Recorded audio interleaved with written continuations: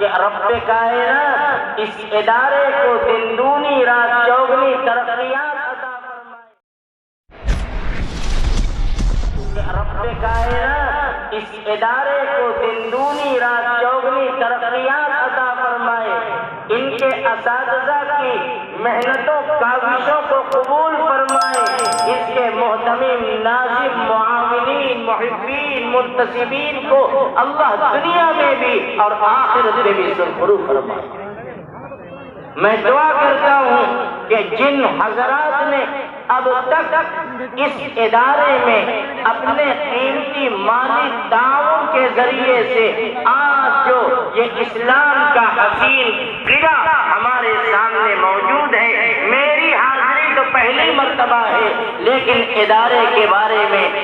بتانے والوں نے اور علماء نے اساتذہ نے مجھے بتایا ہے تو میرے حیرت کی کوئی انتہا نہیں ہے کہ 2008 سے لے کر 23 تک اس 15 سالہ مدت میں اتنی قلعہ نما عمارت کو کھڑی کر کے اتنے طلبہ کے لیے بود و باز تعلیم و تربیت کا انتظام کرنا، یہ آج کے ماحول میں کسی کرامت سے کم نہیں ہے،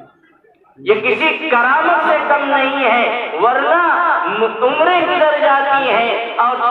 چند کمروں کی عمارتیں نہیں بن پاتی۔ میں ہندوستان بھر میں گھومتا ہوں، مجھے مدارس کے حالات اور ان کی نزاکتوں کا علم ہے، یہ اس بات کی دلیل ہے کہ علاقے والوں کے دلوں میں اس ادارے کی قدر ہے کہ وہ اپنے قیمتی تعاون کے ذریعے سے اس کی بھرپور مدد کرتے ہیں، اور اس کو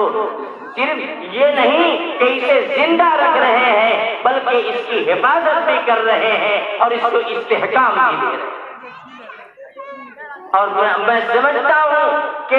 ہم رہیں نہ رہیں، یہ اساتذہ رہیں نہ رہیں، مدرسے کے محتمین رہیں نہ رہیں، دنیا تو آنی جانی ہے، کون جانتا ہے کہ کل کس نے دیکھا ہے، لیکن میری دعا ہے کہ رہیں نہ رہیں، یہ اللہ کے دین کا قلعہ یہ پائیدار رہے اور زندہ جاوید رہے، زندہ جاوید رہے۔ میرے عزیزوں، میں نے قرآن پاک کی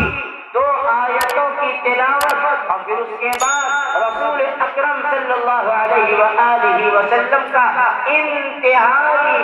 مبارک اور قیمتی ارشاد پڑھا اور اس کی تلاوت کا شرف حاصل کیا ہے، اور یہ آج کے اس تقریب اور اس پروگرام کی مناسبت ہے۔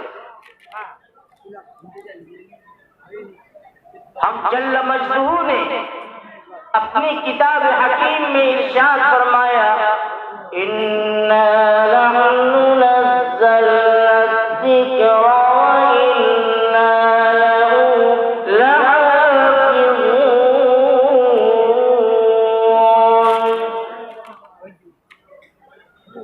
اللہ تعالیٰ بابا کے دوحل علی الاعلان، اور یہ اعلان 1450 سال سے لے کر آج تک اور آج سے لے کر صبح قیامت تک یہ اعلان دنیا کے اندر کر رہا ہے کہ اے دنیا میں بسنے والے انسانوں، یہ کتاب یہ میری اتاری ہوئی کتاب ہے، ہم نے اس کو اپنے آخری پیغمبر امام نبیوں کے تاجدار،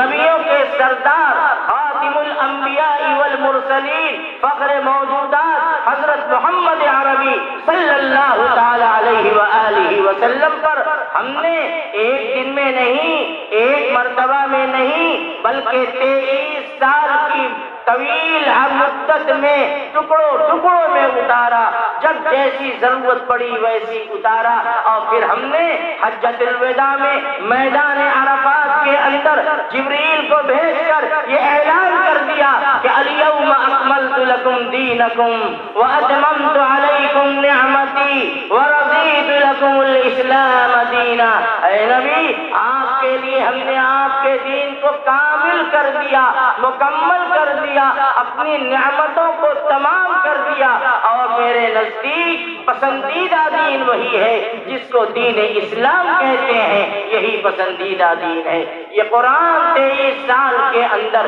اترا ہے اور ٹکڑوں میں اترا ہے، جب جیسی ضرورت پیش آئی ویسی اللہ تعالیٰ کی طرف سے آیت نازل ہوئی، اللہ تعالیٰ نے اس کی حفاظت فرمائی اور دنیا والوں کو چیلنج دے دیا کہ اے دنیا کے بسنے والے انسانوں، اے اسلام کی اور مسلمانوں کی مخالفت کرنے والے، اور اے قرآن کا کتاب اللہ کے اندر تحریف اور تبدیل کرنے والوں، کان کھول کے سن لو، ہم نے دوسری کتابیں اتاری ہیں، تورات ہم نے اتاری، انجیل ہم نے اتاری، زبور ہم نے اتاری، بلا شبہ وہ کتاب برحق تھی۔ حضرت موسیٰ پر، حضرت عیسیٰ پر، حضرت داؤد پر علی نبینا علیہ السلام ہم نے کتاب اتاری، میری کتاب برحق تھی، اس میں کوئی شبہ نہیں تھا، لیکن اے دنیا کے انسانوں، ہم نے اس کتاب کی حفاظت کرنے کی ذمہ داری انسانوں کے حوالے کی تھی۔ میرے بھائیوں، جو میں کہتا ہوں دھیان سے سننے کی ضرورت ہے۔ اللہ نے فرمایا کہ اے بنو اسرائیل والو، اے موسیٰ پر ایمان لانے والو، اے عیسیٰ پر ایمان لانے والو، اے داؤد پر ایمان لانے والو، دیکھو یہ تورات ہے، یہ انجیل مقدس ہے، یہ زبور ہے، ہم نے تمہیں دے دی، اب تمہاری ذمہ داری ہے کہ تم اس کتاب کی حفاظت کرنا، اس کتاب کو بچا کے رکھنا اور اس کے احکام و فرامین پر 100% عمل کرنا۔ یہ ان کو حکم تھا کہ تم بچاؤ اس کو، لیکن اللہ نے جب اپنی آخری کتاب اپنے آخری پیغمبر پر اتاری تو اللہ تعالیٰ نے ہم جیسے کمزوروں سے اور امت محمدیہ سے یہ نہیں کہا کہ دیکھو تم اس کتاب کی حفاظت کرنا، ہم نے تمہارے حوالے کر دی۔ اللہ نے کہہ دیا کہ ہم نے اتار بھی دیا، ہم نے جمع بھی کرا دیا، لیکن اور ہم ذمہ لیتے ہیں کہ انا لہ لحافظون، کتاب کی حفاظت بھی ہم کریں۔ یہ اللہ نے فرمایا، اور قرآن نے کیا کہا؟ دوسری آیت کو اٹھا کر دیکھو، اللہ تعالیٰ نے فرمایا لا يأتيه الباطل من بين يديه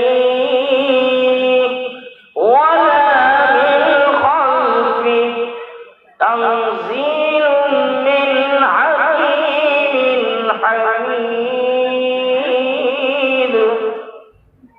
اس کتاب کے اندر باطل آ نہیں سکتا، نہ دائیں سے آ سکتا ہے، نہ بائیں سے آ سکتا ہے، نہ آگے سے آ سکتا ہے، نہ پیچھے سے آ سکتا ہے۔ دنیا کی ساری یہودیت اور دنیا کی ساری عیسائیت اور دنیا کی ساری مجوسیت اور دنیا کی تمام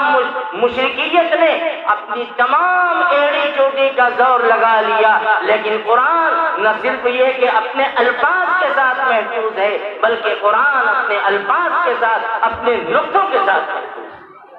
اور قیامت تک یہ محفوظ رہے گا۔ لیکن اللہ نے حفاظت کا ذمہ لیا ہے۔ قرآن کی حفاظت کس سے ہوگی؟ انہیں حفاظ کے ذریعے ہوگی، انہیں نولہانوں کے ذریعے ہوگی، جن کے سینے قرآن کے خزانے اور قرآن کے خزینے بنیں گے۔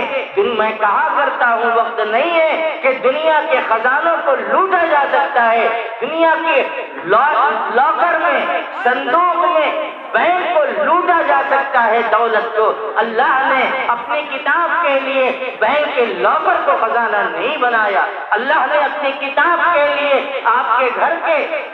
صندوق کو خزانہ نہیں بنایا، اللہ نے اپنی کتاب کی حفاظت کے لیے اپنے بندوں کے دلوں کو خزانہ بنا دیا۔ دنیا کا سامان لوٹا جا سکتا ہے، جب قرآن دل میں اتر چکا ہے۔ آؤ دنیا کے ڈکیتوں، آؤ دنیا کے لٹیروں، سینوں سے قرآن نکال کے دیکھو، سینوں سے قرآن نہیں نکلے گا۔ جو جان مانگو گے تو جان دیں گے، جو مال چاہو گے مال دیں گے، مگر یہ ہم سے نہ ہو سکے گا، نبی کا چاہو چلا۔ اگر آپ نے ابھی تک ہمارا چینل سبسکرائب نہیں کیا تو ابھی سبسکرائب کریں۔